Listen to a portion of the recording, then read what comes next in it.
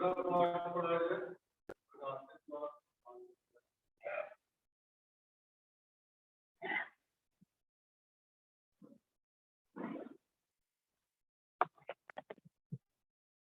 पाठ वचन हम सुनेंगे प्रकाशित वाक्य रिवलेशन चैप्टर 5 1 से 10 तक।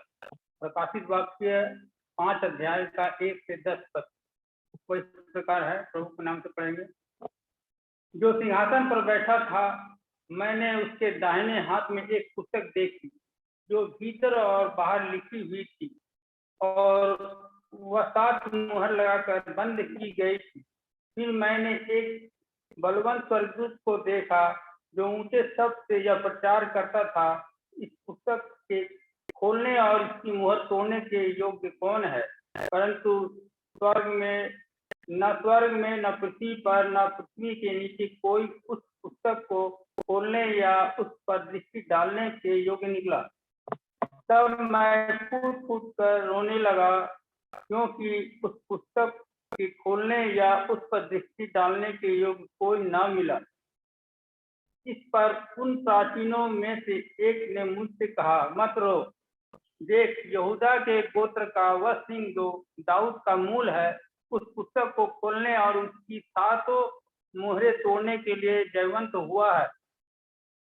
तब मैंने उस सिंहासन और 4 प्राणियों और उन प्राचीनों के बीच में मानो एक वध किया हुआ मेमना खड़ा देखा। उसके 7 सिंह और 7 आंखें थी। ये परमेश्वर की 7 आत्माएं हैं जो सारी पृथ्वी पर भेजी गई है। उसने आकर उसके दाहिने हाथ से जो सिंहासन पर बैठा था वह पुस्तक ले ली। जब उसने पुस्तक ले ली, तब वे 4 प्राणी और 24 प्राचीन उस मेमने के सामने गिर पड़े। उनमें से हर एक के हाथ में वीणा और धूप, जो पवित्र लोगों की प्रार्थनाएं हैं, से भरे हुए सोने के कटोरे थे। वे नया गीत गाने लगे, तू इस पुस्तक के लेने और इसकी मुहरें खोलने के योग्य है, क्योंकि तूने बद्ध होकर अपने लहू से हर एक कुल और भाषा और लोग और जाति में से परमेश्वर के लोगों को मोल लिया है, और उन्हें हमारे परमेश्वर के लिए एक राज्य और याजक बनाया, और वे पृथ्वी पर राज करते हैं। यहाँ पर पाठ वचन समाप्त हुआ। परमेश्वर का वचन है। परमेश्वर का धन्यवाद हो।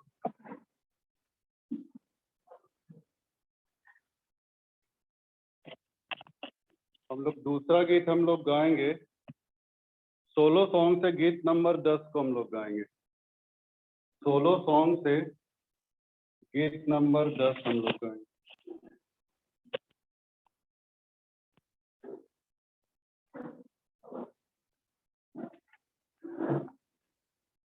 मसीह तू मेरी जिंदगी, मसीह तू मेरी जान। सोलो सॉन्ग से गीत नंबर 10। मसीह तू मेरी जिंदगी, मसीह तू मेरी जान है। तेरे बिन ऐ मसीह ये दिल वीरान है। मसीह तू मेरी जिंदगी, मसीह तू मेरी जान है। तेरे बिन ऐ मसीह ये दिल वीरान है। मसीह तू मेरी जिंदगी। मेरे दिल की वीरानी ने मुझे था बहुत तड़पाया। मेरे दिल की वीरानी ने मुझे था बहुत तड़पाया। किया यूं प्यार मेरे दिल में है, बन के बाहर आया तेरे ही प्यार में। किया एहसान है तेरे बिन ऐ मसीह ये दिल वीरान है। मसीह तू मेरी जिंदगी। मैं था मुजरिम मगर तू खुद उठा के डाल कांधों पर। मैं था मुजरिम मगर तू खुद उठा के डाल कांधों पर।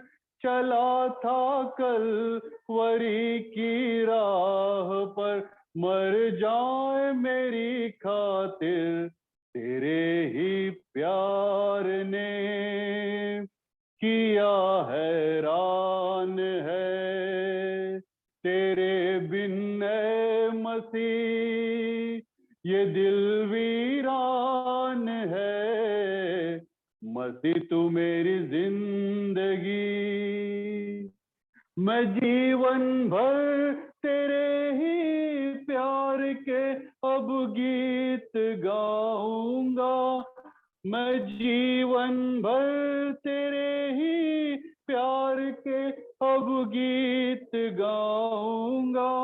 तू ही है जिंदगी की राह ये दुनिया को बताऊंगा।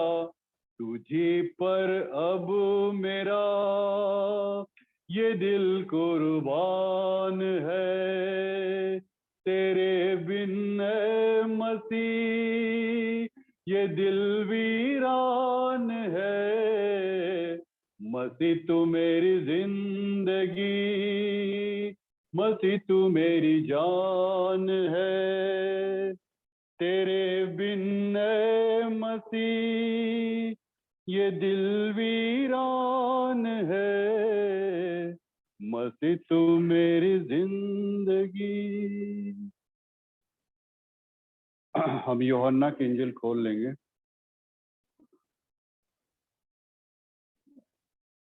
यूहन्ना रचित समाचार उसका 18वां अध्याय उसके 33 से लेके हम 38 तक हम लोग देखेंगे। यूहन्ना की इंजिल उसका 18वां अध्याय उसके 33 पद से लेके हम 38 तक देखें। यहाँ पे ऐसा लिखा है। तब पिलातुस फिर किले के भीतर गया और यीशु को बुलाकर उससे पूछा, क्या तू यहूदियों का राजा है? यीशु ने उत्तर दिया कि क्या तू यह बात अपनी ओर से कहता है या औरों ने मेरे विषय में तुझसे कही? पिलातुस ने उत्तर दिया, क्या मैं यहूदी हूँ? तेरी ही जाति और महायाजकों ने तुझे मेरे हाथ सौंपा। तूने क्या किया है? यीशु ने उत्तर दिया कि मेरा राज इस जगत का नहीं। यदि मेरा राज इस जगत का होता तो मेरे सेवक लड़ते कि मैं यहूदियों के हाथ सौंपा न जाता, परंतु अब मेरा राज यहाँ का नहीं। पिलातुस ने उससे कहा, तो क्या तू राजा है? यीशु ने उत्तर दिया कि तू कहता है, क्योंकि मैं राजा हूँ। मैंने इसलिए जन्म लिया और इसलिए जगत में आया हूँ कि सत्य पर गवाही दूं। जो कोई सत्य का है वह मेरा शब्द सुनता है। पिलातुस ने उससे कहा, सत्य क्या है? और यह कहकर वह फिर यहूदियों के पास निकल गया और उनसे कहा, मैं तो उसमें कुछ भी दोष नहीं पाता। आइए हम प्रार्थना करें। प्रेम पिता, हम तेरे वचन की ओर जा रहे हैं। जो भी तू अपनी बातों को रखना चाहता पिता, हमारे मन हृदय अंतःकरण को तू खोल ताकि तेरे वचन को अपने हृदय में बैठने दे। मांग यीशु के नाम से सुनो दे। हाँ, मंडली कृपया बैठ जाएंगे।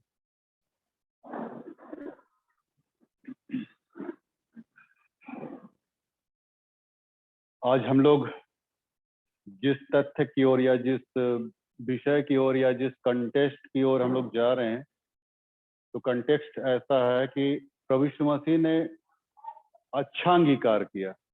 आज हम लोग इस संदर्भ में बातचीत करेंगे। प्रभु यीशु मसीह ने अच्छा अंगीकार किया। अंगीकार जो यहाँ पे याद दिया गया, अंगीकार, प्रभु यीशु मसीह ने जो अंगीकार किया, अंगीकार का अर्थ होता है मान लेना। किसी भी चीज को मैंने उसी अर्थों में मानना जैसा वो है। माने इसमें हम किसी रीति से हम उसमें हम कोई लॉजिकल फिट करेंगे या फिर कोई तर्क करेंगे या फिर कुछ ऐसी बातों को उसमें रख के उसको हम माने जोड़ घटाव करेंगे, ऐसी बात नहीं है। जैसा है वैसा ही हो। हाँ, झूठ है तो झूठ है, सच है तो सच है भाई। उसमें कोई लांग लपेट नहीं, सान पट्टी नहीं करने का। उसमें प्रभु बोलता है कि जैसा माने अंगीकार करने का मतलब है बिल्कुल जैसा माने जो सच है, बस सच है तो सच है, उसको अब एक्सेप्ट करना है, अंगीकार करना, मान लेना है। तो इसी चीजों को यहाँ पे हम देख रहे हैं कि यीशु मसीह कैसे मैंने अंगीकार किया और किसके सामने अंगीकार किया? पिलातुस के सामने, गवर्नर के सामने। और उनका जब पेशी चल रहा था, मुकदमा जब चल रहा था, तो यीशु मसीह से बहुत सारे सवालात पूछे गए, लेकिन उन सवालातों का भी प्रभु यीशु मसीह ने इस रूप में हल दिया कि पिलातुस भी मैंने सस्पेंस में पड़ गया, सोच में पड़ गया। मतलब इस कदर मतलब परमेश्वर या प्रभु यीशु मसीह अपने आप को वहां पे स्टैंड किया था। बाइबल कहती है ना, जब भी तुम पकड़वाए जाओगे या फिर न्यायाधीशों के सामने जाओगे, तो तुमको आवश्यकता नहीं कि तुमको क्या कहना है, क्योंकि पवित्र आत्मा तुमको खुद ही तुमको ये करेगा, ये रियलाइज करेगा या फिर काउंसलिंग करेगा तुमको क्या बताना है। कि पवित्र आत्मा ये चीज को यहाँ पे करता और वहां पे भी दिखा रहा। प्रभु यीशु मसीह के अंदर भी पवित्र आत्मा था और वो तो परमेश्वर का बेटा था, तो उसको इन सारी बातों में मैंने उसको ये अपना सेंसलेस नहीं खोया, अपना सेंस नहीं खोया, अपना मैंने अपनी बुद्धि को नहीं खोया, या फिर कहना चाहिए मैंने बहुत ही संजीदगी से कहना, ये बात अगर हम कहें तो संजीदगी से, बहुत ही संवेदनपूर्ण तरीके से सारी बातों को उसने किया। तब उन बातों को, जो वार्तालाप जो हुआ इन दोनों के बीच, पिलातुस यीशु के बीच में, उन सारी वार्तालाप को यहाँ पे हम लोग देखने जा रहे हैं। तो पिलातुस उससे क्वेश्चन आंसर करता है, क्योंकि उसका पेशी चल रहा है, मुकदमा चल रहा है। पिलातुस को ये पावर था कि मतलब वो कैदी से एक बार पूछे।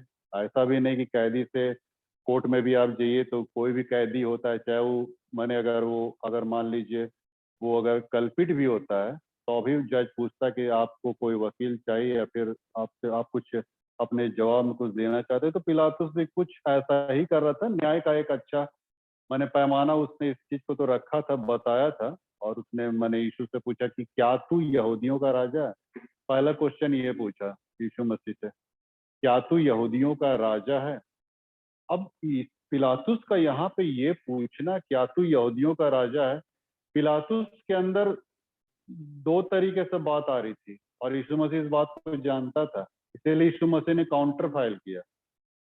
मैंने देखिए सच्चाई के साथ कैसे खड़े रह सकते हैं, यीशु मसीह से हम लोग को सीखना पड़ेगा। क्या तू यहूदियों का राजा है पूछा, तो यीशु मसीह काउंटर फाइल किया, वो आंसर नहीं दिया। वो पूछा कि ये बातें तुम अपनी ओर से कह रहे हो या किसी ने और ने कही तुमको? तो तुरंत काउंटर फाइल किया। अब पिलातुस से सस्पेंस पड़ गया कि हम अपनी ओर से हम बोले या फिर कोई और हमको भड़काया या फिर बोला या फिर दिमाग में लाया है। हालांकि और लोग भी दिमाग में लाया, इसमें दो मत नहीं है। और लोग भी यीशु मसीह के खिलाफ भड़काए थे कि अपने आप को यहूदियों का राजा बनाता है, यानी रोमी सम्राट के खिलाफ इसको भड़का रहे थे। और इसीलिए कहा कि अपने आप को यहूदियों का राजा बनाता है, इसीलिए इसको थोड़ा सा ये मैंने उसके ऊपर में। लेकिन तब पिलातुस के अंदर में भी कहीं ना कहीं कुछ था कि वो अपनी ओर से भी कह रहा था, न सिर्फ लोगों के सुनी सुनाई बातों पे कह रहा था या लोगों के चार्ज जो फ्रेम किया था लोगों ने उस पर सिर्फ ये किया था। लेकिन पिलातुस भी इस बात को जान रहा था कि यीशु मसीह की जो पॉपुलैरिटी है, लोकप्रियता बहुत ज्यादा चल रही है। इतना ज्यादा यरूशलेम में इसका जय जयकार होशन्ना के नारे लग रहे हैं और लोग इसको इतना पसंद कर रहे हैं, इतना पसंद कर रहे हैं कि कहीं ऐसा ना हो कि रोमी सम्राट मेरी गद्दी को छीन के इसके हवाले कर। ये भय था उसके अंदर, हाँ, पिलातुस के अंदर। ऐसा तो नहीं कि मतलब मेरा राजपाट समाप्त हो जाए, मेरा गद्दी चला जाए, मेरा पोस्ट जो भी होल्ड कर रहे हैं सब खत्म हो जाए। तो ये भावना, ये डर से भी पिलातुस पूछा कि क्या तू यहूदियों का राजा? दोनों यहाँ पे, दोनों सूरतों में मैंने पिलातुस मैंने अपने आप को पा रहा था। एक तो लोगों की ओर से और एक तो अपने तरफ से भी वो पूछ रहा था। कहा कि बहुत सारे शास्त्री फरीसी लोग भी, एक जगह पढ़िएगा लुक्का में, शास्त्री फरीसी लोग भी बोलते हैं कहीं ये हमारी गद्दी को छीन ना ले, इसीलिए इसका मरना आवश्यक है। हेरोदेस ने भी कहा था इसका मर जाना ही तुम्हारे जात बिरादरी के लिए मरने सही होगा, इसका मर जाना, ऐसा हेरोदेस ने भी कहा था। इसको मार डालो, हेरोदेस ने इस बात को भी कहा था। और शास्त्री फरीसी लोग भी तो कुछ ऐसी ही सोच मतलब पिलातुस के अंदर में भी आ गया। और तब यीशु ने उत्तर दिया, क्या यह बात को अपनी, पिलातुस ने उत्तर दिया, क्या मैं यहूदी हूँ? वहां पे बातचीत का सिलसिला आगे जारी हो रहा है, जारी रखा जा रहा है। क्या मैं यहूदी हूँ? जो तुम लोग के ऊपर में तेरे ऊपर में जो चार्ज फ्रेम किया है वो तेरे जात भाइयों ने ही किया है कि ये तू यहूदियों का राजा। मैं नहीं कह रहा हूँ, ये अपना बचाव कर रहा पिलातुस। यीशु मसीह उसके ऊपर चढ़ाई कर रहा है, पिलातुस इसके ऊपर में क्वेश्चन रेज कर रहा है। और यीशु मसीह उल्टे मैंने काउंटर फाइल कर रहा है। अब वो भी मैंने थोड़ा सा, मैंने पिलातुस भी थोड़ा सक पका गया। अब बोला कि भैया हम यहूदी नहीं है, आपको जो चार्ज फ्रेम हुआ है ये चार्ज फ्रेम किया गया है, आप ही के जात भाई लोग, आप ही के बिरादरी लोग चार्ज फ्रेम किए हैं कि आप यहूदियों का राजा अपने आप को बना रहे हैं। लेकिन प्रभु यीशु मसीह ने क्या कहा, बहुत ही सलीके से उसने उत्तर दिया कि मेरा राज इस जगत का नहीं। पिलातुस को समझा रहा है, भैया तुमको परेशान होने की आवश्यकता नहीं, तुम्हारा गद्दी उद्दी छीना नहीं जाएगा, मेरा राज इस जगत का नहीं है। इस जगत में मैं राज करने नहीं, इस संसार में मैं राज करने नहीं आया हूँ।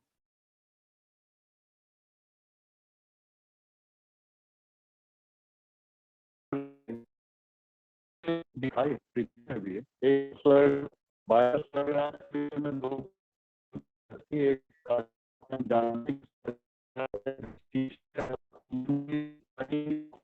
धीरे द्वारा का सब चीज से जड़ा हुआ हम लोग को दिखला मिलेगा। और दूसरा स्वर्ग राज्य परमेश्वर का, परमेश्वर का राज अर्थात परमेश्वर का शासन मनुष्य के अंदर में वो करना चाहता, बसाना चाहता, बनाना चाहता। परमेश्वर अपने राज को मनुष्य के हृदय में स्थापित करना चाहता है। तो मेरा राज इस संसार का नहीं है, प्रभु इस संसार के लिए नहीं, लेकिन मनुष्य के हृदय में अपने आप को, अपनी शासन को, अपनी व्यवस्था को, अपने आप को वहां पे बसाना चाहता था। इसलिए बोला मेरा राज्य इस जगत का नहीं। अगर इस सांसारिक रूप से मेरा राज्य होता तो मेरे सेवक लड़ते, प्रोटेस्ट करता, हम तो तलवार ले आए। यीशु मसीह बोला ना, जिसके तलवार, चाकू, भाला सब ले आओ, गुप्ती उप्ती जितना है सब ले आओ गसनी बाग में। ऐसा क्यों कहा? प्रभु को ऐसा मत समझिएगा कि मतलब बहुत डायनेमिक और एक्सप्लोसिव आदमी था, ऐसा बात नहीं भाई। प्रभु ऐसा नहीं, नबी में लिखा था वो अपराधियों के संग गिना जाएगा, इसीलिए मतलब अपने आप को अपराधियों के श्रेणी में अपने आप को लाके खड़ा कर दिया। हालांकि जो भी उसने पाप नहीं किया था, लेकिन फिर भी एक अपराधी के हैसियत से क्यों ऐसा कर रहा था प्रभु? क्यों तलवार और भुजाली लेके बोला गस्ती बाग में चलो? ये जितना कुछ भी ये सब कुछ जो प्रिपेयर कर रहा था, जैसा कि मैंने कहा, ये शुद्धिकरण को भी तीसरे परब पार हुआ, दोनों फसा पर्व में उसने शुद्धिकरण तीसरे में किया। क्यों? उसका समय और यरूशलेम का शुद्धिकरण इसलिए भी किया ताकि लोगों का जो जो ये था, गुस्सा जो था अपने ऊपर जानबूझ के भड़का, लोगों का आक्रोश अपने ऊपर जानबूझ के ले रहा था, ताकि परमेश्वर की जो योजना जो कलवरी क्रूस पे हो वो पूरी रीति से एकदम सफलीभूत हो जाए, कोई किस्म का कोई बैरियर, रुकावट नहीं आता। इसीलिए प्रभु यीशु मसीह ने सब कुछ एकदम लाइन अप कर दिया था, सब कुछ एकदम स्थिरता से, पूरा एकदम स्मूथली, ताकि किसी भी रीति से कुछ भी अर्थ नहीं आए। इसीलिए वहां पे प्रोड्यूस कर दिया था।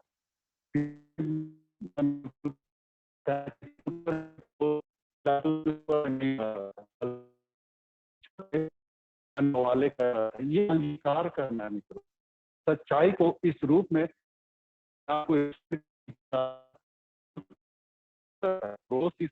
जैसा कि यहाँ पे पॉल, यहाँ पे पिलातुस क्या बोलता है, सत्य क्या है 38 पद, वहां पे ये काउंटर फाइल नहीं किया। बताइए, ऊपर से जितना भी अभी देखिए क्वेश्चन रेज हुआ, आंसर, क्वेश्चन आंसर जब हुआ, तो सारी चीजों में यीशु मसीह काउंटर फाइल किया है, काउंटर अटैक किया है, लिया है, लेकिन यहाँ नहीं ले रहा।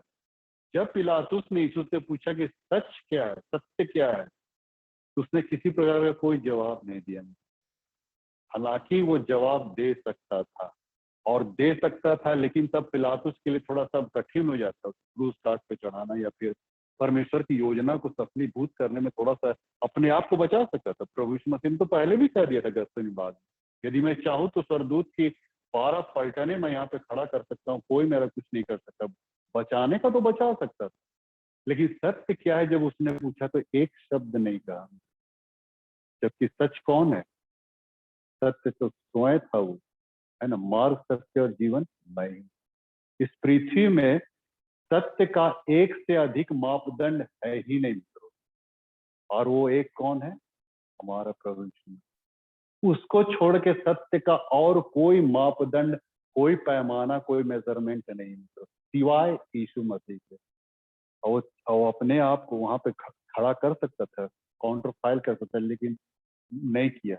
सत्य क्या है वो नहीं कुछ बोला।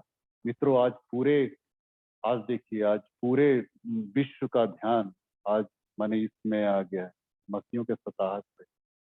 अब जो कि यीशु मसीह ने जो फेस किया, जो स्टैंड अपने आप को लिया, आज हमारे लिए भी स्टैंड लेने की आवश्यकता आन पड़ी मित्रों। हमें भी अंगीकार करने की आवश्यकता आन पड़ी है, क्योंकि सताहटें शुरू हो चुकी है मित्रों। हम किस रूप में अपने आप को स्टैंड कर पाएंगे, यहाँ पे एक बहुत बड़ी चैलेंज का विषय होगा। इन सताहटों के बीच कैसे हम लोगों के प्रति हम रिएक्शन कर सकते हैं, एक्टिविटीज कर सकते हैं, या फिर क्या हम माने प्रोटेस्ट करें, या फिर लाठी डंडा लेके पील पड़े वो अदर्स लोग के ऊपर में? नहीं मित्रों, यहाँ पे प्रभु यही कहता कि कैसे किस रूप में अपने आप को अंगीकार किया, बचाव का रास्ता निकाल सकता था लेकिन निकाला नहीं। आज हम लोग बचने का रास्ता खोजते हैं कि हमारे ऊपर कोई लाठी डंडा ना पड़े, कोई सताहटें ले आने वाले हो रहे हैं तो मतलब उसको हम कैसे प्रोटेस्ट करें, कैसा विरोध करें। पतरस भी ने वही किया था। जब यीशु मसीह जब बोलने लगा चेलों को कि अवश्य मनुष्य का पुत्र पापियों के हाथ में पकड़वाया जाएगा, मार डाला जाएगा, तीसरे दिन जी उठेगा, दुख उठाएगा, तो पतरस क्या कहते, उसको एक किनारे ले जाके झिड़कने लगा था ना। ये मत्ती 16 अध्याय का 21-22 में एक किनारे ले जाके झिड़कने लगा। प्रभु तेरे ऊपर ऐसा कुछ हो, ऐसा कुछ हो ना होने पाए, ये हम तुझसे हम चाहते हैं। तेरे ऊपर ऐसा कुछ ना होने पाए, पतरस यही बोल रहा था। लेकिन यीशु मसीह उसको डांटा कि हे शैतान, मेरे सामने से दूर हो जा। काहे वो ऐसा बोल? क्योंकि मानवीय बातों पे वो ज्यादा तवज्जो दे रहा था पतरस, मानवीय बातों पे। परमेश्वर ईश्वरीय बातों पे वो ज्यादा इंपॉर्टेंस उसको नहीं दे रहा था। मानवीय, मानवीय मतलब उसको चाहिए था अधिकार, उसको चाहिए था पद, उसको चाहिए था पॉपुलरिटी। अरे यीशु मसीह को पकड़वाया जाएगा, मार डाला जाएगा, ऐसा नहीं होना चाहिए। तो वैसा होगा तो फिर हमारा तो अधिकार, पद और जो लोकप्रियता है सब तो धूमिल हो जाएगा, सब तो खत्म हो जाएगा। इसीलिए वही पतरस बोल रहा था कि ऐसा कुछ ना होने पाए तेरे ऊपर। लेकिन यीशु मसीह उसको डांटा, हे शैतान, मेरे सामने से दूर हो जाता। तुम मनुष्य की बात पे मन लगा रहा, परमेश्वर की बात पे मन नहीं लगा रहा। परमेश्वर ने मेरे जीवन में क्या क्या रखा है, क्या योजना को रखा, उसको पूरा करने के बजाय तुम मैंने मनुष्य की बातों पे, हाँ, आदर पद और लोकप्रियता को लेके पड़े हुए, तुम्हारे ऊपर कोई टॉर्चर ना, मेरे ऊपर हो तो तुम्हारे ऊपर भी होगा। ये सारी बातें यीशु मसीह उसको बताने लगा। क्यों इस सब के पीछे तुम भाग रहे हो? तुमको सहना है। स्टैंड करने की बात यहाँ पे आ रही है। यीशु मसीह वही चाह रहा है कि कोई अगर दुख, तकलीफ, परेशानी, सताहट आ रहा तो हम भागे ना उससे। क्रूस को उठा के अब हमको चलना पड़ेगा अंत के समय में। अब कोई दूसरा विकल्प हमारे पास नहीं बचा है। इतना दिन से जो हम लोग विश्वास विश्वास कर रहे थे ना, अब असल विश्वास का परख हो कि आप कितने विश्वासी। अब परमेश्वर अपना खोल दिया है ट्रम्प कार्ड। ट्रम्प कार्ड है ना, ट्रम्प कार्ड मतलब अपना जो था वो अपना खोल दिया अपना, कि अब माने कितने आप विश्वास में पाए जाएंगे। ये चीज अब प्रैक्टिकली होगा। अब थ्योरेटिकल भूल जाइए मित्रों।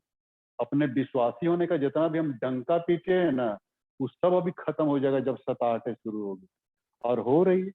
और अब पता चले कि हम कितने विश्वास। बहुत सारे लोग कहते हैं बपतिस्मा बपतिस्मा नहीं, हमने डूब का बपतिस्मा लिया, हमने ये किया वो किया। बपतिस्मा आपको उस समय नहीं बचाएगा। जब सताहटें आएंगे तब बताइएगा उसको कि हम डूब का बपतिस्मा लिया। अरे भैया, डूब का बदल कुछ नहीं बचाएगा, आपका वो विश्वास बचाएगा जो आप प्रभु यीशु मसीह पे लगाइएगा। वही विश्वास आपको बचाएगा, और कौनो चीज नहीं बचाएगा।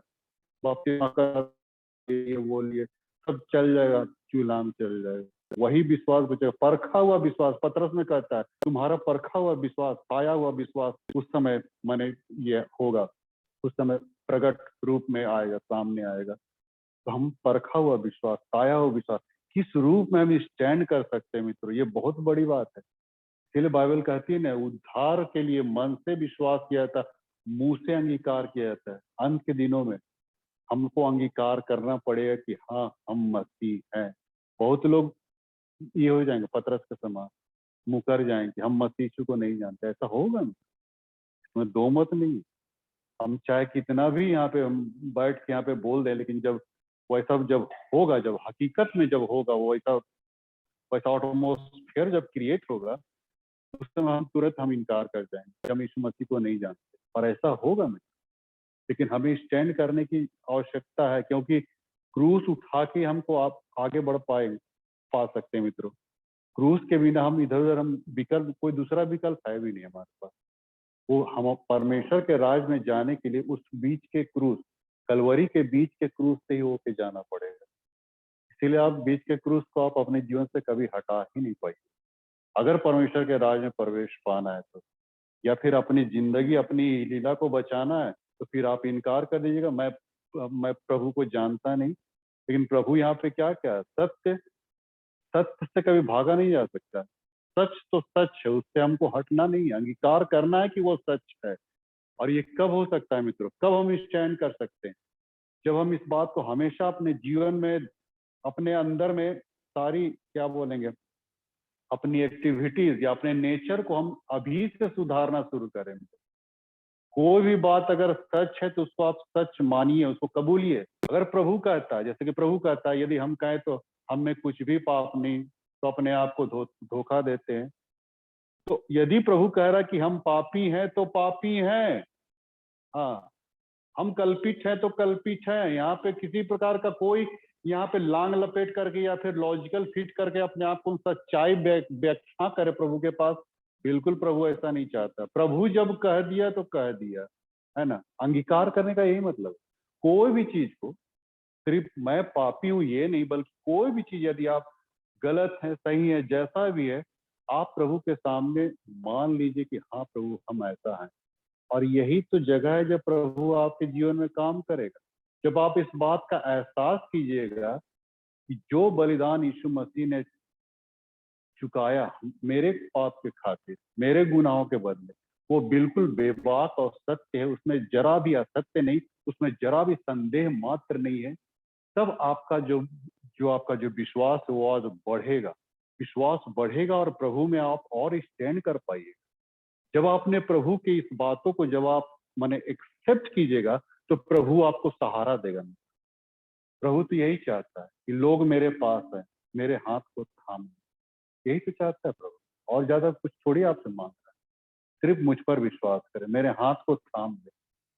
हम लोग यहाँ गए थे अभी कलकत्ता में, वहाँ हम लोग का जो पादरियों का रिट्रीट हुआ था, बिशप साहब ने एक सेशन लिया, बहुत गहरा, कहना चाहिए ऐसी बातें कोई शारीरिक मनुष्य नहीं कह सकता। कितनी डीपली उसने इस बात को कही, कोई शारीरिक व्यक्ति इन बातों को नहीं कह सकता जो उन्होंने उस सेशन में कहा। कि ऐसा डीपली, मतलब वो व्यक्ति, उस व्यक्ति के अंदर, बिशप के अंदर पवित्र आत्मा है, इसमें दो मत नहीं। ताकि मेरे से ज्यादा चेक करने वाला और कोई हो ही नहीं सकता किसके अंदर है नहीं है। बिशप के अंदर है। और जैसा डीपली उसने कहा था, आधे घंटे 15-20 मिनट का सेशन लिया था, इस कदर मतलब गहराई रूप से लिया था। शुरू में तो पहले ही कह दिया कि कितने लोग प्रभु से प्रेम करते, तो प्राय सब पादरी लोग हाथ खड़ा कर दिए, अपन नहीं खड़ा किया, प्राय पादरी हाथ खड़ा कर दिए। लेकिन बिशप साहब ने बोला ये आसान क्वेश्चन नहीं है, कितने लोग प्रभु से प्रेम करते हैं। अभी हम यहाँ भी पूछते ना तो बहुतेरे लोग खड़े कर देते। ये क्वेश्चन आसान नहीं है कि कितने लोग हम प्रभु से प्रेम करते हैं और मैंने एकदम एक बैग हम लोग खड़ा कर देंगे। जी नहीं मित्रों, ये आसान क्वेश्चन नहीं है। उसने कहा आपके अंदर का भाव प्रभु देखना चाह रहा, आपका हाथ को नहीं देखे, आपके अंदर के भाव को देखे कि वास्तव में ये व्यक्ति मेरे प्रति कितना समर्पित है। प्रभु अपने अंदर में देखता है। बिशप साहब ने सारी बातों को 15-20 मिनट का सेशन लिया, बहुत गहराई में लिया, बहुत ही मतलब एकदम मैंने लोगों का दिल को, पादरियों का दिल को एकदम हिला के रखा। ऐसा तो बहुत बिरले हम सुनते हैं, बहुत बिरले। पहले बहुत दिनों के बाद ऐसा हम मैसेज हम सुने। तो सही में ये अंदर के भाव को देखना चाहता कि आप कितने प्रभु पे समर्पित रहिए, अंगीकार कीजिए कि हाँ प्रभु मैं पापी हूँ, मुझे तेरी आवश्यकता है। जब ये आवश्यकता आपको महसूस होगी प्रभु की, तब प्रभु आपको काम करेगा। और जहां अपने आप को हम धार्मिकता का चादर ओढ़े रहेंगे, प्रभु कभी नहीं काम करेगा।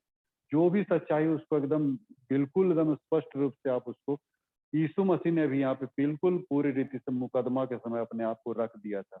कोई वैसा मैंने क्रोस ऐसा नहीं किया कि वो अपने आप को बचाता। हाँ कुछ क्रॉस किया, लेकिन वो क्रॉस में अपने आप को बचाव नहीं था, वो सिर्फ उसके क्वेश्चन का आंसर दे रहा था। जब पूछा सत्य क्या है तो उसने किसी प्रकार का कोई अपने बचाव के लिए नहीं किया। इसीलिए तो जब वो नहीं किया, देखिए कई बार होता क्या है, पिलातुस ने उससे कहा सत्य क्या है, लेकिन चुपचाप रहो। कभी कभी ऐसा भी सिचुएशन आएगा मित्रों जब आपको चुप ही रहना पड़ेगा।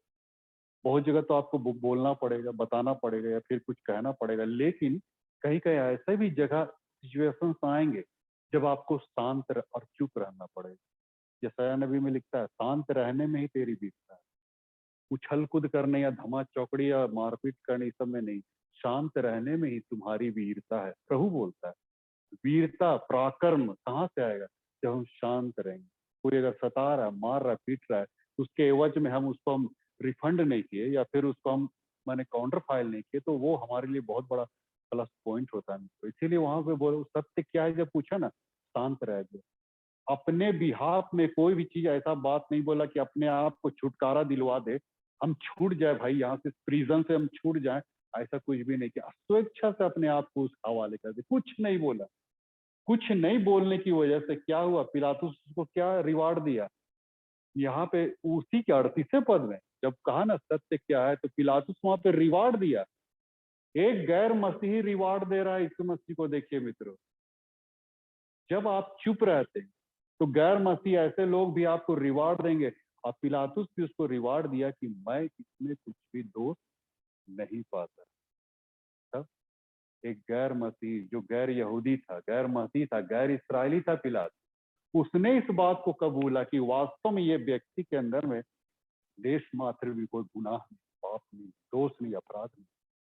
एक गैर मसीह बोला है मित्रों। ये देखिए, हम मसीह लोग भले हम यीशु मसीह के ऊपर में हम माने ये कर दे, अविश्वास ला दें, लेकिन पिलातुस अविश्वास नहीं लाया, एकदम सच को बयां कर दिया कि इसमें मैं कोई भी दोष नहीं पाता। ये आपके साथ भी हो सकता है। आपके ऊपर अगर ऐसी सताहटें आए, आप अगर चुप हो जाए, तो हो सकता है आपको भी मतलब अच्छा रिवार्ड आपको मिलेगा, मिलेगा। आपकी चुप्पी में ही बहुत बड़ी माने जीत है मित्रों। कई बार माने चुप रहने के द्वारा भी अगला को हम मतलब ये कर सकते हैं, डैमेज कर सकते हैं। चुप रह के भी काउंटर फाइल कीजिएगा तो वो बात बढ़ते चले जाएगा, लेकिन चुप रह के अगला को भी हम डैमेज कर। एक बार जॉनी लीवर किया था ना जबलपुर में, जो उसका ये प्रोग्राम हुआ था जॉनी लीवर का, जो जबलपुर में, उसने कहा था कि प्रभु बोला कि एक गाल पे थप्पड़ मारे दूसरा भी फेर देना। बाइबल कहती है ना, तो जॉनी लीवर यही प्रचार कर रहा था, एक गाल पे थप्पड़ मारे आप दूसरा भी फेर दीजिए।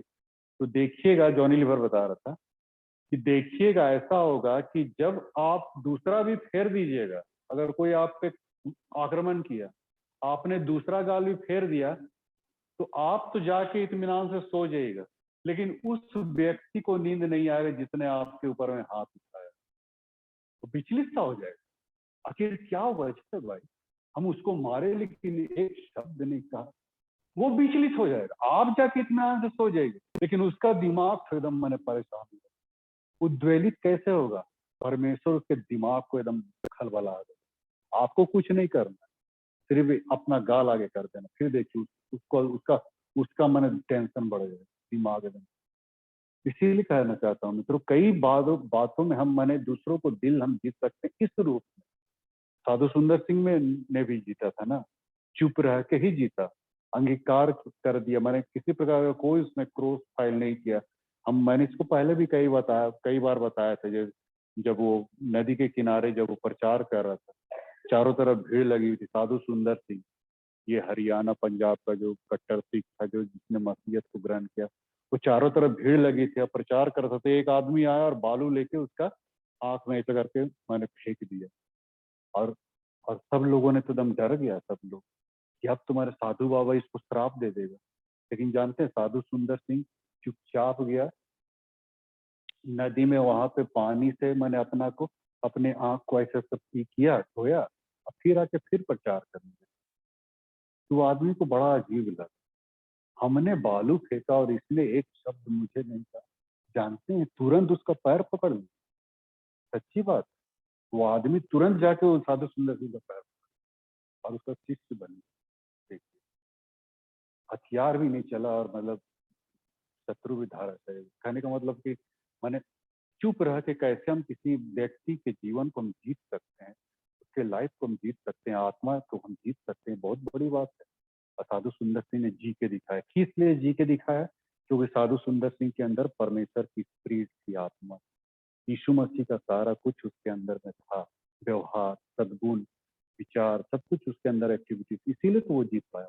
तो यदि आपके अंदर भी वो स्वभाव आ गया, ईश्वरीय स्वभाव, तो आप भी मैंने फेस कर पाएंगे जहां भी जाइएगा, जैसा भी जाइएगा। पौलुस, मैंने कहा ना मरकुस 13 में है सर, या जब भी आपको मैंने खड़ा किया जाएगा न्यायाधीशों के सामने कटघरे में, तो आपको बोलने का, मैंने ये मत सोचिए कि आपको क्या बोलना है, क्योंकि पवित्र आत्मा उसी समय आपको गाइड करेगा क्या बोलना है।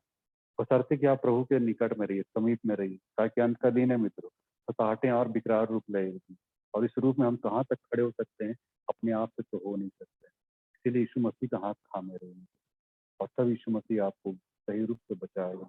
मौत के मुंह में भी ले जाए तो कोई फर्क नहीं पड़ता है, क्योंकि आप परमेश्वर के राज्य में पहुंच गए। लेकिन सच्चाई को अंगीकार किए रहिए, सत्य से कभी मुकरिएगा नहीं। सच है तो सच है, उसको एकदम वहां पे रख दीजिए। यही प्रभु यीशु मसीह भी हमसे और आपसे चाहता है। परमेश्वर अपने दुआ में। अनुग्रहकारी दीन दयालु प्रेमी परमेश्वर, हम धन्यवाद देते हैं कि तूने आज अपनी बातों को रखने का मौका दिया। हमें भी स्टैंड करने की क्षमता तू हमें दे प्रभु। जिस रीति से तूने पिलातुस का सामना किया, हम भी अंत के दिनों में किस रूप में हम खड़े रह पाएंगे, ये बहुत बड़ी चैलेंज का विषय होगा। और ये तभी हो सकता है जब हम तेरे आत्मा की लॉ में हम बने रहें। हम थोड़ी सी प्रार्थना मांगते हैं, मसीह मुझे बहुत नाम।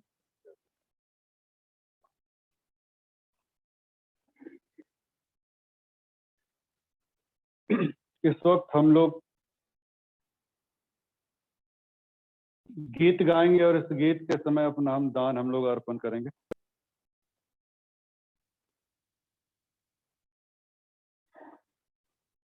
मेलोडी सॉन्ग से गीत नंबर 18 को हम लोग गाएंगे। मेलोडी सॉन्ग से गीत नंबर 18 को गाएंगे, और इस गीत के समय अपना हम दान हम लोग अर्पण करें। गवाही दे मसीही, गवाह तुझको बनाया है, गवाही दे तू, गवाह तुझको बनाया है। अगर ना दे गवाही तो क्यों तुझको बचाया है।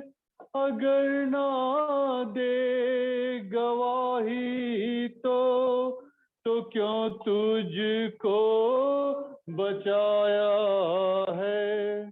गवाही दे मसीही तू, गवाह तुझको बनाया है।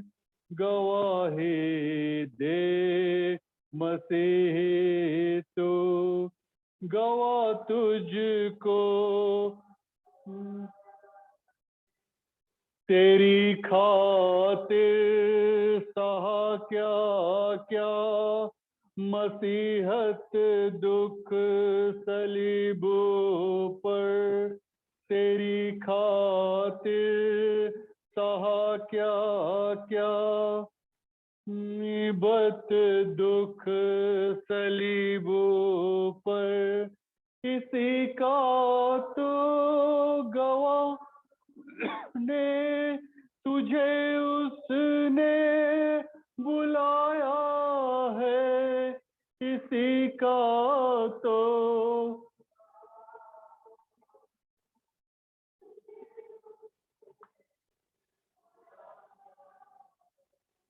गवाही दे मसीही तू, गवाह तुझको बनाया है।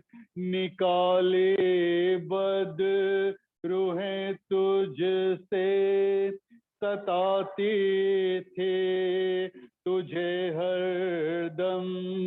निकाले बद रूहें तुझसे सताते थे तुझे हरदम।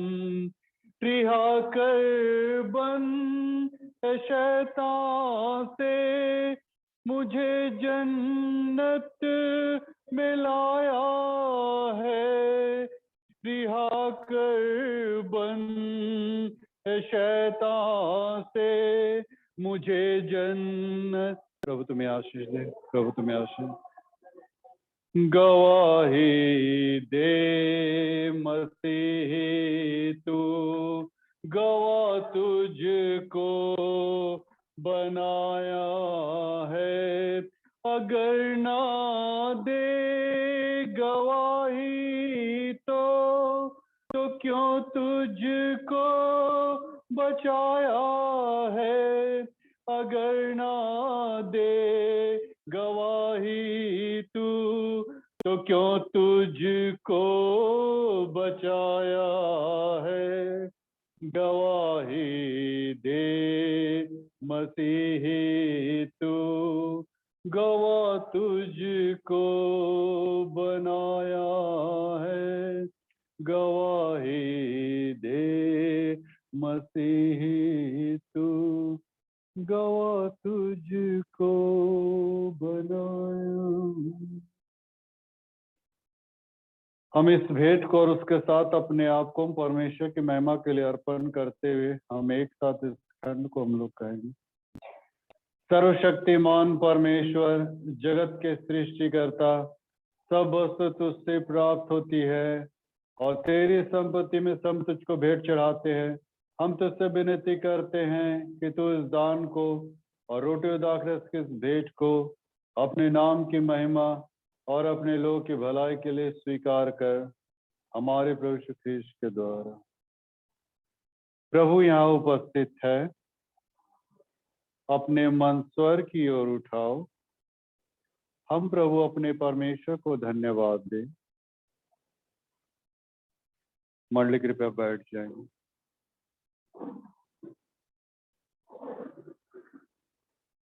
हे स्वर्ग पिता, अपने पुत्र हमारे उद्धार करता यीशु ख्रीस्त के द्वारा मस्तिगान को स्वीकार कर, हमें जब उसके नमूने पर चलते और उसकी आज्ञाओं का पालन करते हुए दे कि तेरे आत्मा के सामर्थ से रोटी और दाखरस की भेंट हमारे लिए उसकी देह और रक्त हो, जो हमारे निमित्त मरा और जी उठा।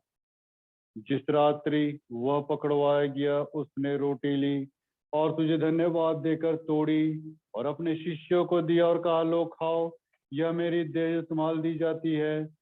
तुम जब कभी इसे खाना तो मेरे बलिदान को अवश्य याद करना। इसी प्रकार भोजन के उपरांत उसने कटोरा लिया और तुझे धन्यवाद देकर उन सबको दिया और उन सब से कहा कि तुम सब इसमें से पियो, क्योंकि नई वाचा का मेरा रक्त है, जो बहुतों के पाप क्षमा के निमित्त बहाया गया है। तुम जब कभी इसे पीना तो मेरे बलिदान को हमेशा याद करना। इसलिए स्वर्गपिता उसके स्मृति में हम इस रोटी और दाखरस को प्रत्यक्ष करते हैं। हम उसके क्रूस पर एक के बाद प्रसिद्ध बलिदान को, उसके मृत्यु में से पूर्ण उत्थान को और स्वर्ग में उसके आरोहण को आनंद से मनाते और घोषित करते हैं, और हम उसके महिमा सहित आने की प्रतीक्षा करते हैं। ख्रीस्त हमारे लिए मरा, ख्रीस्त हमारे लिए मरा, ख्रीस्त जी उठा है, ख्रीस्त फिरा। हम एक साथ इस खंड को कहेंगे। इसलिए हे दयालु पिता, उसे हमारे महापुरोहित के द्वारा धन्यवाद स्तुति के हमारे इस बलि को स्वीकार कर, और जब तेरी ईश्वरी महिमा के समक्ष हम इन पवित्र उपहारों को खाते और पीते हैं, तो अपने आत्मा के द्वारा नव जीवन दे, अपने प्रेम से प्रोत्साहित कर और अपने पुत्र हमारे प्रभु यीशु ख्रीस्त के देह में संयुक्त कर, उसी के साथ और उसी में और उसी के द्वारा पवित्र आत्मा के सामर्थ्य से, हे सर्वशक्तिमान पिता, उन सब भक्तों के साथ जो पृथ्वी पर और स्वर्ग में तेरे समक्ष उपस्थित है, हम तेरी आराधना करते। धन्यवाद और महिमा पराकर योगान योग तेरे ही हो। आमीन आमीन आमीन। हमने इस रोटी को तोड़ी कि हम ख्रीस्त के देह में सहभागी हों। हमने इस कटोरे के द्वारा इस पर हमने आशीष मांगी, ख्रिस्ट के रक्त में सहभागी हूँ। हम एक साथ प्रभु की प्रार्थना हम लोग कहेंगे। हे हमारे पिता, तू जो स्वर्ग में है, तेरा नाम पवित्र माना जाए, तेरा राज आए, तेरी इच्छा ईश्वर पूरी होती है, वह सफेद पर भी हो। हमारी दिन की रोटी आज हमें दे, हमारे अपराधों को क्षमा कर, जैसे हमने अपने अपराधियों को क्षमा किया है। हमें परीक्षा में ना ला, परंतु बुराई से बचा, क्योंकि राज, सात महिमा जीवन युग तेरी। कुछ क्षण मौन रहते हुए अपने गुनाहों को हम प्रभु के सामने मानेंगे। जाने जाने जो भी दोष, अपराध, पाप हुए हैं, जिसके भी विरुद्ध, माता पिता, भाई बहन, रिश्ते नाते, परमेश्वर के विरुद्ध, जिसके विरुद्ध हमने गुनाह, दोष, अपराध, पाप किए, इस वक्त मन ही मन मान ले, क्योंकि बाइबल ये कहती है यदि हम कहें कि हम में कुछ भी पाप नहीं तो अपने आप को धोखा देते और हमें सत्य नहीं, परंतु यदि हम अपने गुनाहों को मान ले, सारे गुनाहों को क्षमा करने में विश्वास योग्य और धर्मी है। इस वक्त हम मन ही मन प्रभु भोज में भाग लेने से पहले प्रभु के सामने अपने आप को समर्पित करें।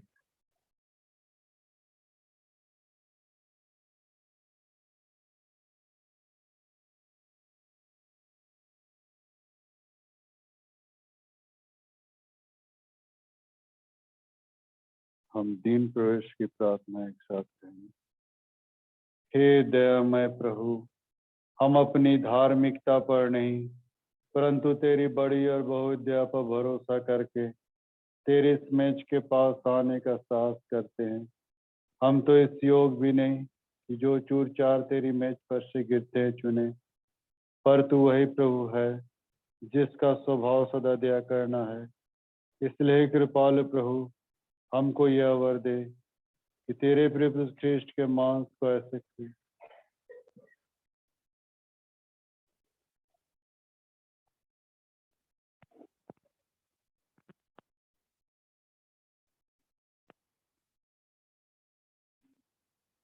प्रार्थना की मुद्रा में रहते हुए हम गीत माला का 29 नंबर हम लोग गीत को गाएंगे।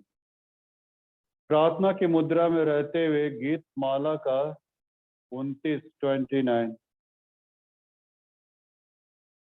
प्रभु है, प्रभु है, मुर्दों में से जी उठा प्रभु है, हर एक घुटना टेकेगी, हर एक जी मान लेगी कि यीशु प्रभु है। He is Lord, He is Lord. He has risen from the dead. He is Lord. Every knee shall bow, every tongue confess that Jesus Christ is Lord. That Jesus Christ is Lord. That Jesus Christ is Lord. विश्वास के साथ पास आइए तो इस मसीह की देह और लहू को लीजिए, समझ कीजिए वो आपके लिए मरा और विश्वास के साथ इसे मानना चाहिए।